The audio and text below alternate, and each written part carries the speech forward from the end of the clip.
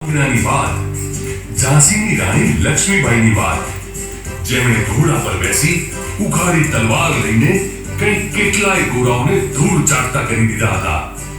તો હવે આપણે જોઈશું ઝાંસીની રાણી લક્ષ્મીબાઈને. खूब लड़ी मर्दानी वो तो झांसी वाली रानी थी. हूँ झांसी ની રાણી લક્ષ્મીબાઈ. ખુલ્લો પડકાર ફેંક્યો હતો મેં. બધાને એમ હતું કે હું તો એક સ્ત્રી છું, એક અબળા નારી, શું કરી લેવાની. પણ મેં તલવાર ઉગામી અને પડી અંગ્રેજોની સામે.